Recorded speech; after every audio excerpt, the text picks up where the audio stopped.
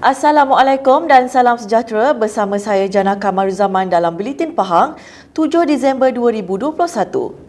Sepanjang minggu ini kita akan bersiaran sempena mesyuarat kedua Penggal keempat Dewan Negeri Pahang ke-14.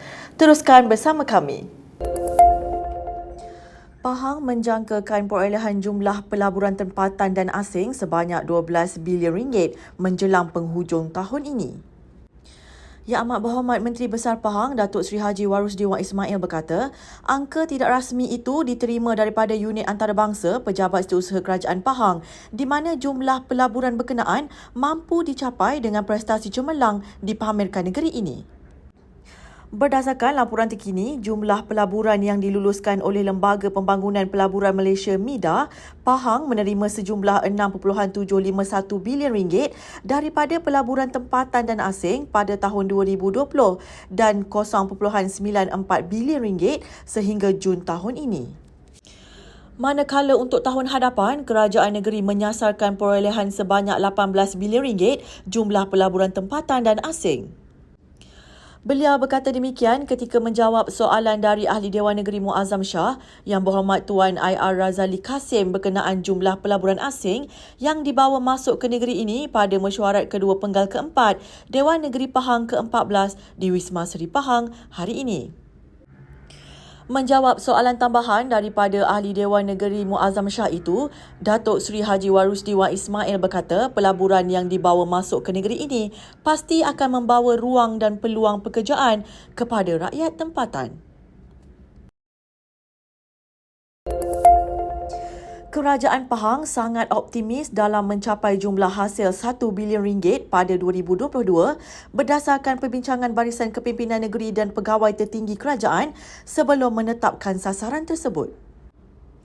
Yang Amat Berhormat Menteri Besar Pahang, Datuk Seri Haji Warusdi Wan Ismail berkata, keputusan terbabit dibuat selepas kerajaan mengkaji dan berbincang secara terperinci dan berkeyakinan dapat mencapai sasaran itu dengan mengatasi pelbagai ketirisan dan kebocoran.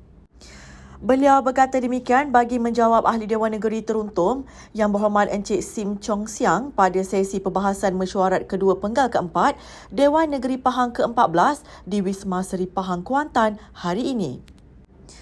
Pada sesi perbahasan tersebut, Yang Berhormat Encik Sim Chong Siang mempertikaikan kemampuan kerajaan negeri dalam mencapai sasaran hasil berjumlah 1 bilion ringgit pada tahun 2022 dengan membuat pembandingan sasaran hasil pada 2019 yang mana meningkat sebanyak 10%.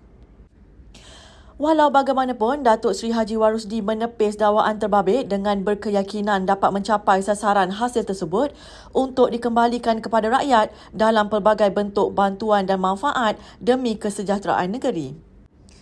Beliau juga memohon sokongan daripada semua pihak terutama Barisan Kepimpinan Negeri sama ada pihak kerajaan mahupun pembangkang untuk sama-sama berusaha mencapai sasaran hasil tersebut. Seramai 89% atau 45,345 orang asli di negeri ini telah menerima dos vaksin yang lengkap, manakala 91.3% atau 46,538 orang telah menerima dos pertama. Pengerusi Jawatan Kuasa Kerja Raya, Pengangkutan dan Kesihatan Negeri Pahang, Yang Berhormat Datuk Seri Nurul Azali Sulaiman berkata, negeri Pahang mempunyai jumlah penduduk orang asli terbesar di semenanjung Malaysia iaitu seramai 86,532 orang. Sehingga 9 November tahun ini, seramai 7,395 orang penduduk orang asli telah dijangkiti COVID-19 di mana peningkatan ketara dikesan sejak bulan Julai berikutan terdedah risiko jangkitan daripada tempat kerja dan pergerakan keluar masuk individu berisiko ke kampung orang asli. Justru aktiviti pemerkasaan komuniti dalam memudayakan norma baru serta liputan vaksinasi dalam kalangan orang asli sentiasa menjadi agenda utama kerajaan negeri. Negeri Pahang kita tahu mempunyai jumlah penduduk orang asli yang terbesar di Semenanjung dan statistik terkini yang dikeluarkan oleh JAKWA pada tahun 2021 ini adalah seramai 86,532 orang sehingga 6 Disember pada tahun ini sebanyak 91.6% ataupun 46,674 populasi dewasa telah menerima dos pertama dan 45,485 ataupun 83.3% telah menerima dos yang lengkap.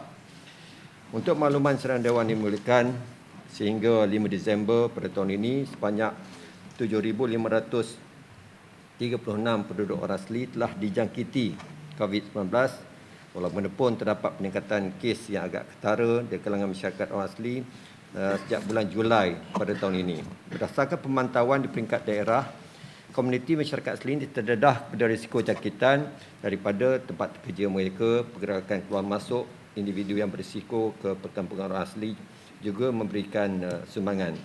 Di samping itu juga terdapat sebahagian komuniti orang asli yang kurang mematuhi SOP yang kita tetapkan menyebabkan penularan wabak ini.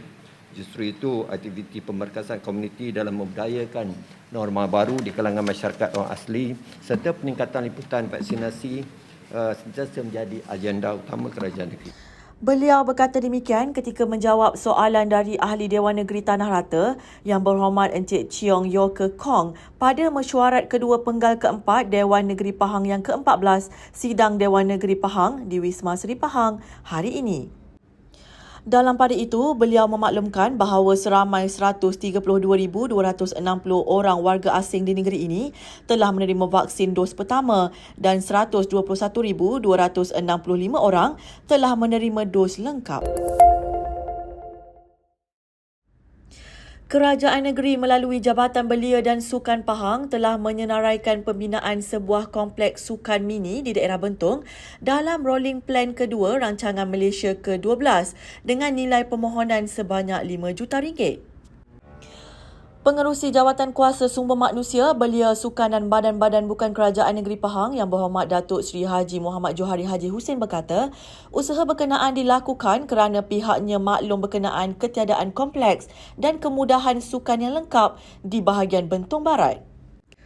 Beliau berkata demikian ketika menjawab soalan daripada Ahli Dewan Negeri Ketari Yang Berhormat Puan Yang Safura Othman pada mesyuarat kedua penggal keempat Dewan Negeri Pahang ke-14 Sidang Dewan Negeri Pahang di Wisma Seri Pahang hari ini.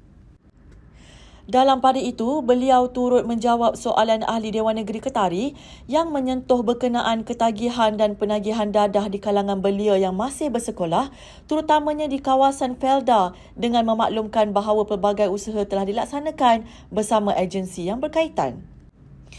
Antaranya ialah rondaan bersepadu melibatkan agensi anti dadah kebangsaan AADK bersama PDRM, Rela dan KRT yang dapat mengurangkan risiko berlakunya perkara yang tidak sihat dalam kalangan remaja di komuniti berkenaan.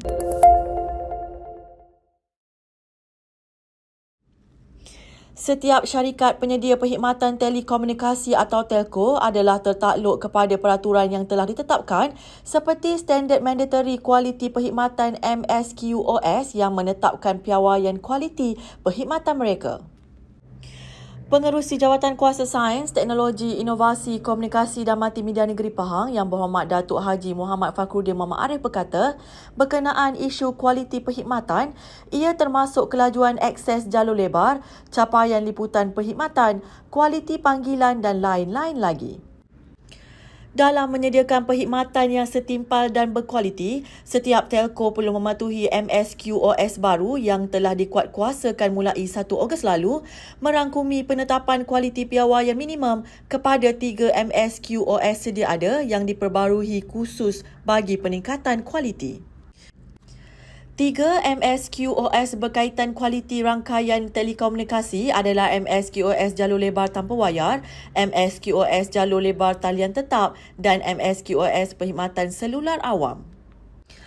Beliau berkata demikian ketika menjawab soalan dari Ahli Dewan Negeri Padang Tengku Yang Berhormat Datuk Mustafa Haji Long pada mesyuarat kedua penggal keempat Dewan Negeri Pahang yang ke-14 Sidang Dewan Negeri Pahang di Wisma Seri Pahang hari ini. Beliau menambah setiap telco juga dikawasali oleh Suruhanjaya Komunikasi dan Multimedia Malaysia SKMM serta perlu mematuhi peruntukan perundangan dan peraturan yang berkaitan dengan syarat pelesenan, kualiti perkhidmatan, hal ehwal perlindungan pengguna dan lain-lain yang termaktub di bawah Akta Komunikasi dan Multimedia 1998. Menurutnya lagi, langkah-langkah penguatkuasaan seperti notis peringatan dan amaran serta kompaun turut diambil terhadap syarikat pemberi perkhidmatan yang tidak mematuhi piawaian dan gagal memberi perkhidmatan berkualiti kepada pengguna.